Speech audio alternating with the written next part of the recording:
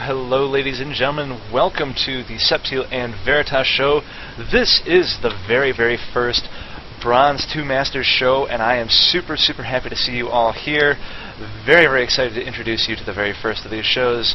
I am Septiel, and I am here with Veritas. And where is he? Have you unmuted yourself? I have unmuted myself. Awesome. Can you guys hear me? Awesome. Hey guys, I am indeed Veritas, and I've been putting this Bronze Masters production in effect. Been designing what it's going to look like, so hopefully you enjoy what Septiel and I have walked on for the past week or so, getting this put together. You must excuse me, my allergies are extremely bad this time of year, so if I sound really groggy and really sick, I am, so... We will forgive you just this once, though. I'm just kidding, old friend. But we should be just reminding people a little bit about this show. Bronze to Masters, our goal, we thought about it this previous year, before the close of 2011, and we were like, you know what? One thing that we really have not seen in the StarCraft 2 community is specifically a show specifically focused around trying to increase your skill from league to league. And so we thought that we might be kind of the pioneers in that show division. You want to call it a league, like we're in our own league at this point, but stealing a couple ideas here and there, and kind of trying to make something new out of it at the same point in time. But I am very excited. This is the first one ever, and we are starting at the bronze level. But Veritas, why don't you go and tell them what we're going to be doing tonight? We're going to have quite a bit of awesome stuff to go over tonight, I think. And I am personally very excited, actually. I'm extremely excited as well. As Septiel, you have said, this is going to be Bronze to Master, so hopefully throughout the course of the year, we'll be taking you from Bronze to Silver to Gold to Platinum to Diamond and finally to the Master League. We want to be able to do this through not teaching you how to do any specific builds necessarily, or teach you how to do any specific strategy. We really want to help you flourish as your own strategic, have your own mind, just really be able to play StarCraft 2 the way you want to play StarCraft 2. We really don't want to be one of those people, one of those coaches that's out there saying you have to do it like this because this is what the professionals do. Yeah. That takes away from the fun experience of the game of trying new things. And I honestly believe that with pretty much any style of play, you can get to the Masters League with good mechanics and good decision making in the end. So we will be teaching you that. But tonight, to be a little bit more specific, we're going to be going over 3 basics of StarCraft 2 that especially pertain to the Bronze League. We will have 4 replays tonight, and in those 4 replays, we will try to teach you the basics of economy, production, and aggression. Now, we are only going to really slightly touch on the aggression part, and we'll pick up next week with full-on production, full-on macro, as well as further explore the idea of aggression in the Bronze League. But today, we're going to try to teach you basically how to get more money than your opponent and how to do it the easiest way. So, Septiel, do you have anything to add before we go into one of our first replays? You explained that pretty phenomenally. I am not going to try and top that. That was very good. Well, I'm trying to make sure. I'm kind of freaking out now to make sure that I have the right replays. Which replay are we doing first? We're going to be doing the PVT on Shattered Temple. PVT. Funky Drew. Just 1 second. I need to make sure that I download this. My apologies. I was looking at all the replays on my laptop earlier today, and unfortunate for me, I was not.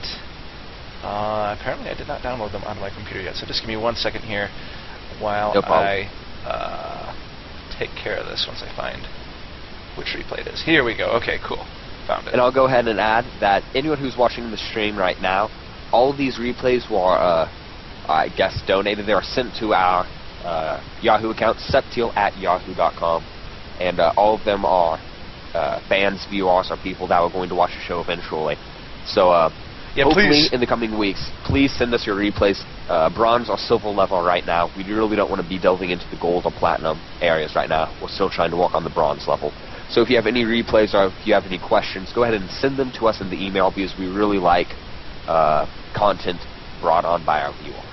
Absolutely. We encourage.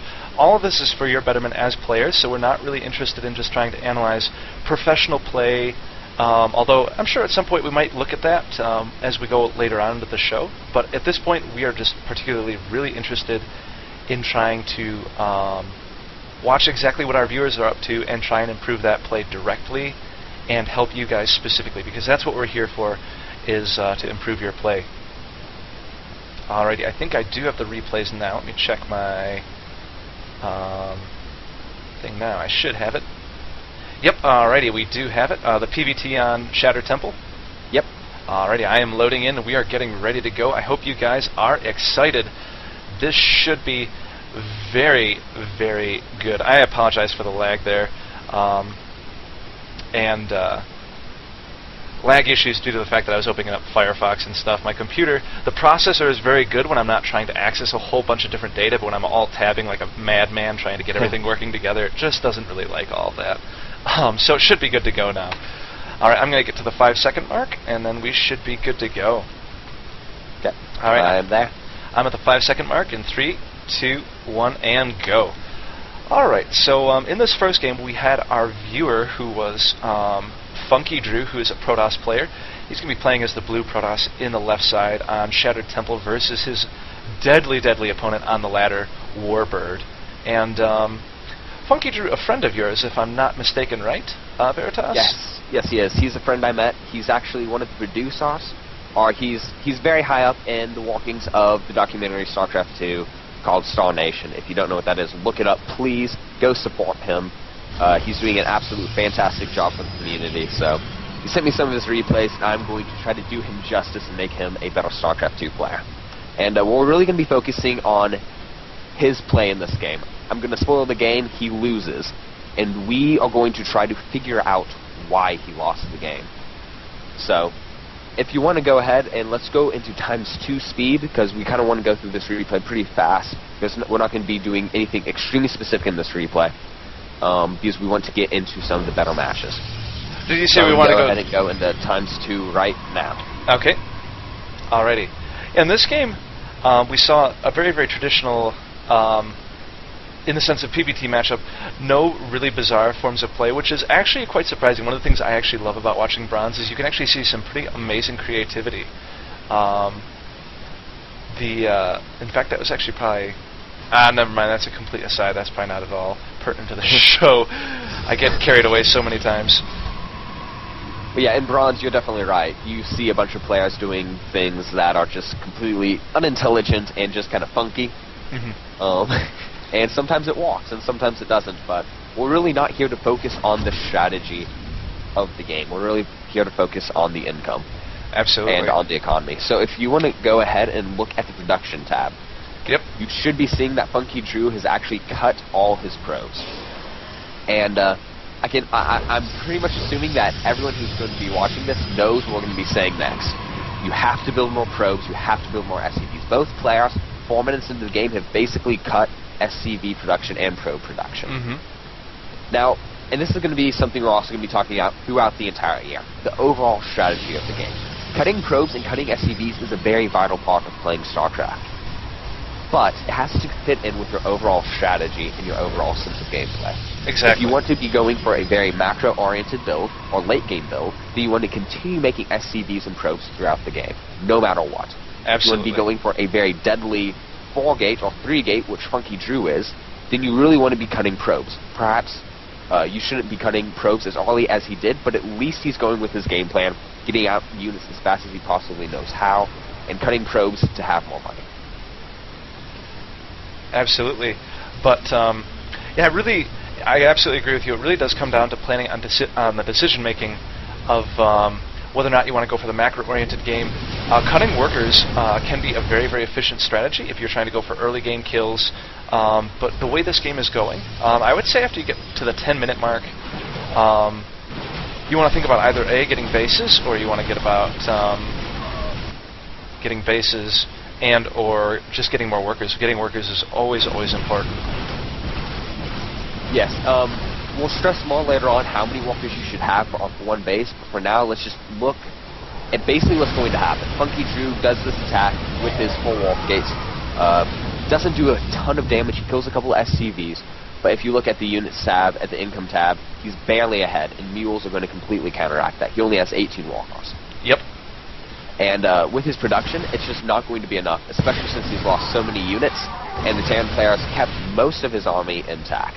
Especially, yeah, because the Terran has a very good composition for this build, so even like the efficiency of the build per cost of minerals is not very good for Funky Drew in this game, so even if he had more money, that's a very deadly composition by Warbird against what Funky Drew even has right now. Yeah, and even though the composition is slightly in favor of Warbird, our Terran player, it's still not so much better than Protoss that good economics and good production will not overcome. Absolutely. If Funky Drew just has so many more units, there's really nothing that the Terran player can do, even with his slight advantage in the unit count. Or in the unit composition, I should say. Because, I mean, as we see, Funky Drew has had the majority, or has had the lead in the probe count and the SCV count, and it's kind of showing as in the middle of the map, he's able to push back the attacks of the Terran. And he's maintaining the middle of the map, I would also like to add. As you were saying about having the middle of the map, having the middle of the map is a phenomenal place to be for being able to economically take control of a game, which I'm sure we'll get into more later on during this show as well. But I think you can tell what is going to happen. Warbird has a much higher tech, yes, siege tanks.